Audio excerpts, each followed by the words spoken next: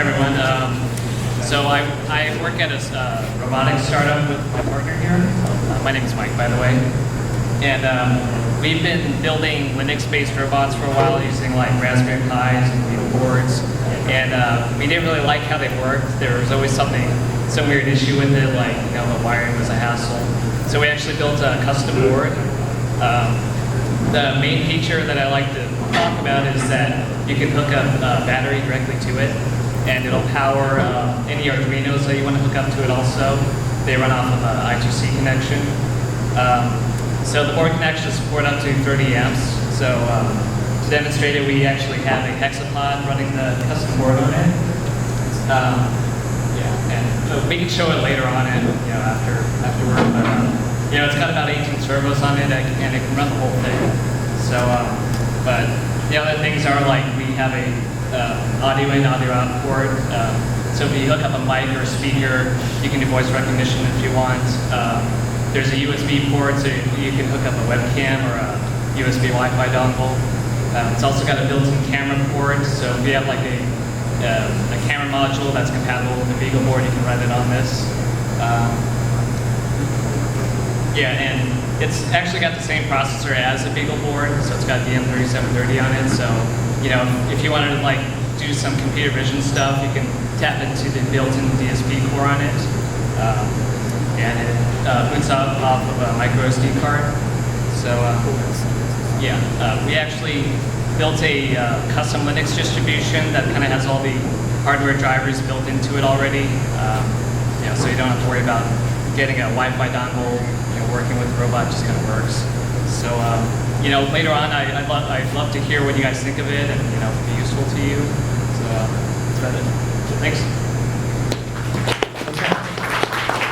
Who's next? I saw a bunch of hands here. Why don't you come next? Or no, she's going to come next. You'll be after. Okay? Make people. I think that was better.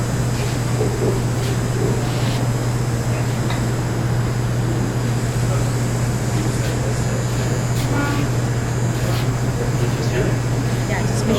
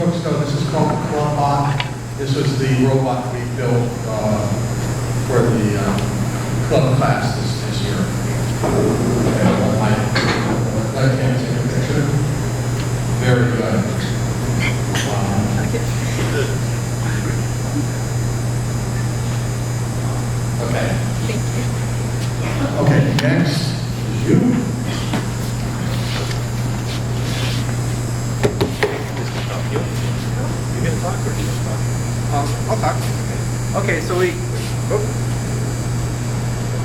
modified our robot to be a line following robot, and so this time Marcus did most of the coding. So this is kind of his first program. We find it's very finicky with the light. So fortunately, since the lights aren't on today, it's kind of like how we tested it at home.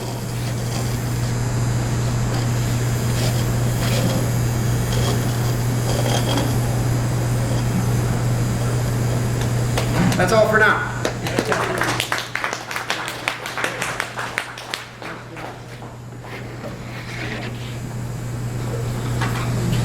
Okay, who's next?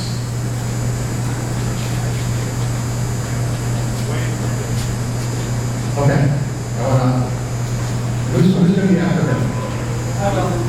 Okay, Cam's after, and who's going to be after them? Okay, then you, okay.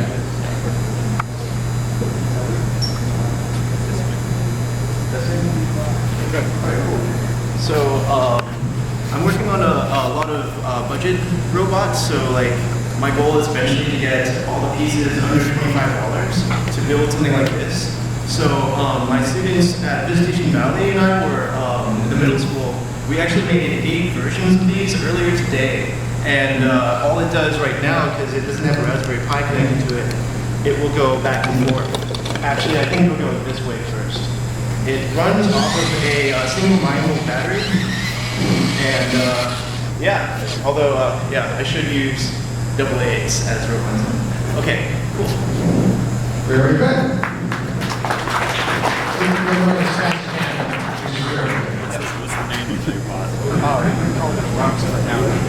Robots? Yeah. It's called Robots. Okay. Cam, who's next? All right, any of you that have known me for any period of time, that's okay, I don't need a microphone. No springy thingy. This robot's 14 years old. It's like, been like actually, he's only been to 1 meeting this year, and this is it. So, and this is her trick. She follows this finger around. Of course, this environment is a black hole, right? She's testing it. But anyway, when she gets the 38 kilohertz Pringles can, she grabs it, usually, except when we're done the demonstration. So anyway, that's free. Okay, I got one other thing to show. Oh, you know, this Monday we went to the 38th reunion of the Homebrew Computer Club. And it occurs to me that the Homebrew Robotics Club started in 1984. So next year will actually be our 30th year. We're not that much younger than the Homebrew Computer Club. So this next one, this is Loco Mo, the smart table. And I had trouble last month at the Homebrew Challenge. I've gotten a new smartphone. And in editing the .bashrc file, I would like to get the right master and host, but anyways, this is a Nito XP11, and it's got the computer Velcro to it is running ROS, and I'm creating a map here, map in double quotes. I've been successful in making a map and saving it, and I'm trying to learn to navigate within the map, but I'm having a hard time localizing, if you know what I mean. Regardless, this is Loco Mode Smart Table. Thank you. Oh, it's been an awesome year, and the best is yet to come, right? You got it. Thank you very much.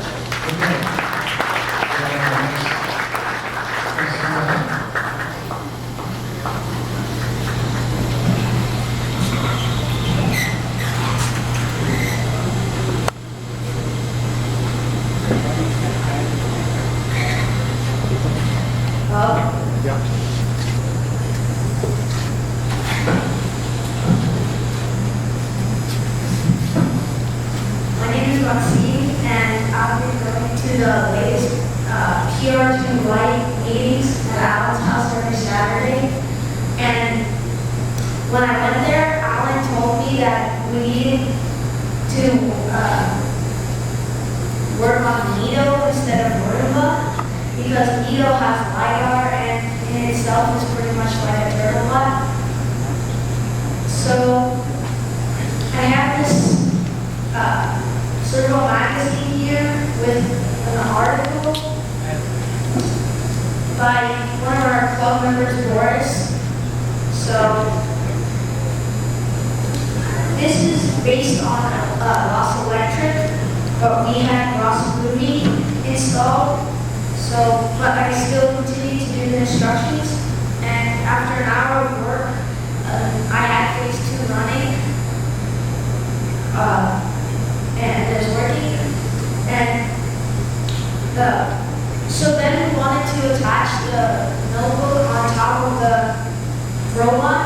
So we tried putting Velcro stands, and we accomplished putting the Velcro on, but the phase 2 didn't work after that, so we're trying to find out why. So we wanted to make better stands that would actually work, like amps, but we couldn't really do that because if we did, then we would just not be able to vacuum our house, so this would just Thank you.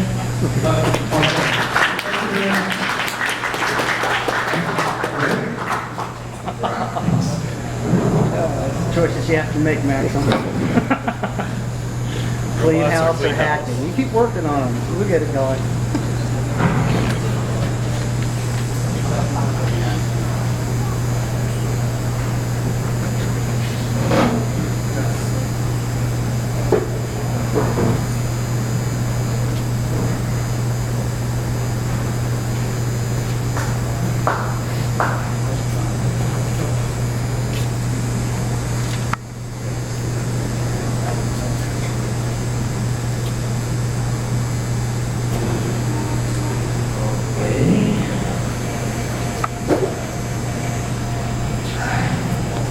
So this is a robot that was participating in robot games in Make Warfare.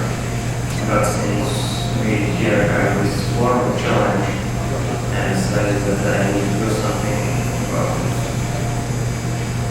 And hopefully it will be able to do phase 2, which is locate the object.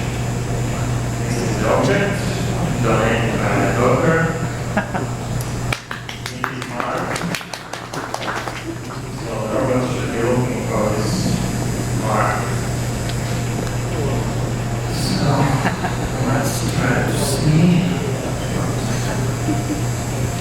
What's your robot's name?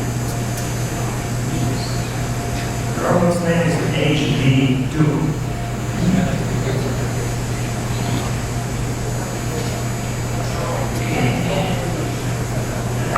It's running across, and I got one tracking library which just can track these things.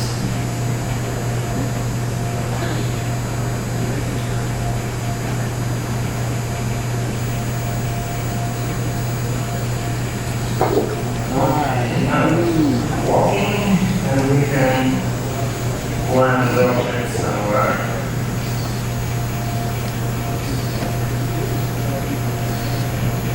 Yeah. He sees the object.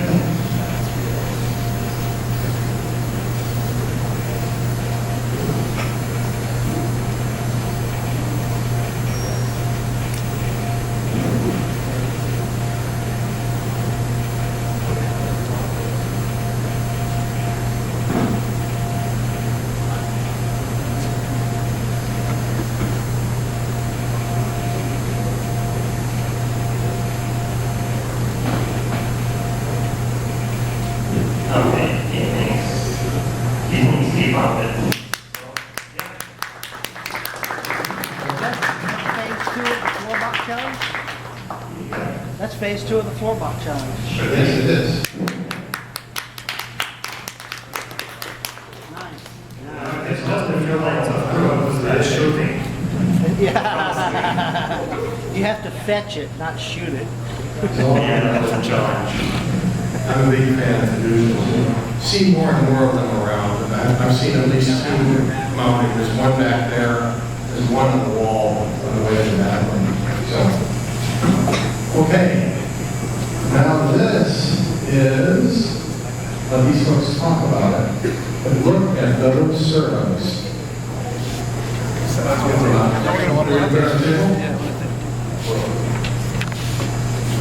People to see it.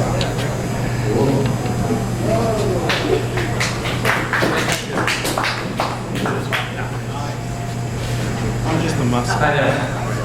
So those that have been here before, seen Watson, And this is the latest rebuild. It's a complete rebuild again.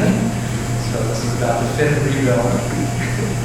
This particular model is the one that actually can walk, finally. We are entering, we're going to actually have it walking later after the end. So we'll get into that. Well, he walks very slow. It takes a while for him to make a step. But you can get up on one leg and you can make 2 full steps. And then of course we can repeat that if we want. So he is entered in the DARPA Grand Challenge. It's track D. We thought we had to be there this year in order to stay in the competition. As it turns out, what's going on this year in December is mostly for track A through C, which are the teams that are supported by the government. And since we're not supported, we really don't have to be there to stay in the competition where the money is for 2014. So we plan on winning in 2014. It's only $2 million, so and we'll have a little spread around, pay twice our dues, maybe. Pretty much that's it. We'll be answering questions and stuff like that. You probably remember I brought up, this is Watson, last month I brought up Mini Watson, who's sitting back there, I didn't want to show him off again.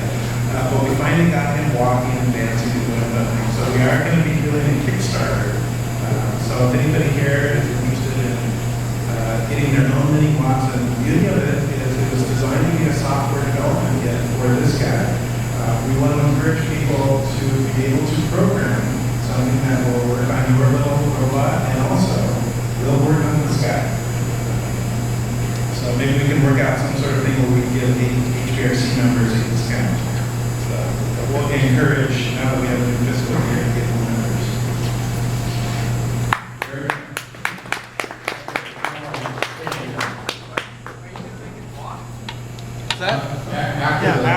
After the show.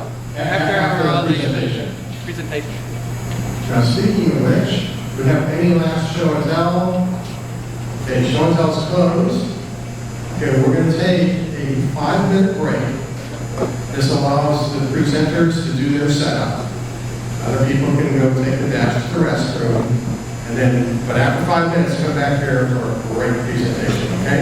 5 minutes.